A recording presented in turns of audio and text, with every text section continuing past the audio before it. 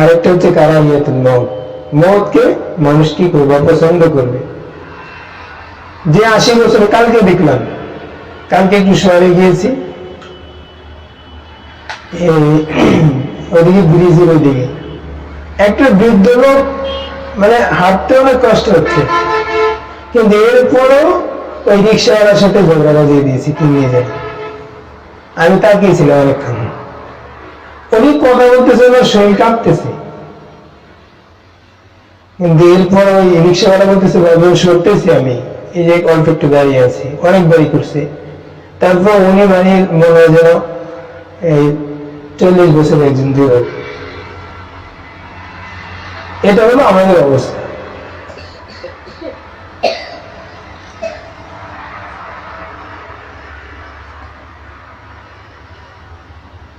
ধর্মীয় লাইনে অনেক অবনতি আমাদের।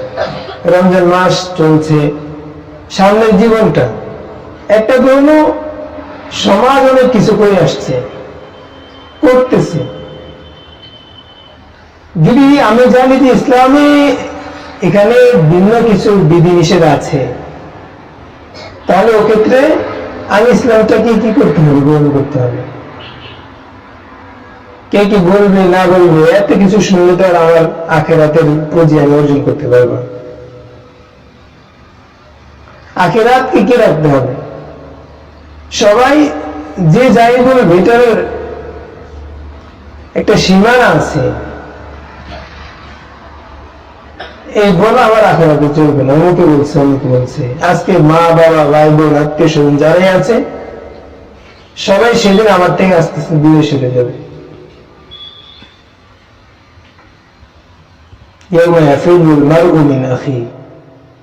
যাদের কথা চলি, যাদের কথা মতো উঠা বসা করি, তারাই সেদিন আমার কি হবে?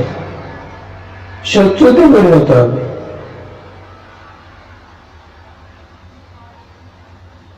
তারাই সেদিন আমার শত্রু হয়ে যাবে।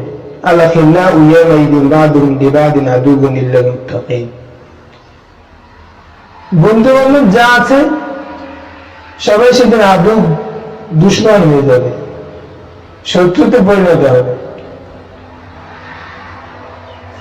এই জন্য আমরা যারা মাদ্রাসায় পড়াশোনা করি, ইসলামের মধ্যে যে বিষয়গুলো আছে, আমি সর্বাত্মক দিয়ে, নিজের শক্তি দিয়ে, নিজের ক্ষমতা দিয়ে, নিজের বুদ্ধি দিয়ে, শ্রম দিয়ে ওই বিষয়টা আমরা কি করবো? চেষ্টা করবো।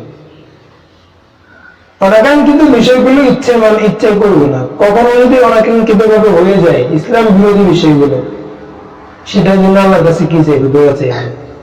কিন্তু ইসলাম কতটুকু কি দিচ্ছে, আমাকে অনুমতি দিচ্ছে, এটা আমরা পুঙ্খানুপুঙ্খানু পালন করি। শুধু ইবাদতের বিষয়গুলো না, পারিবারিক জীবন, সামাজিক জীবন, যতটুকু আমার ক্ষমতা যায়,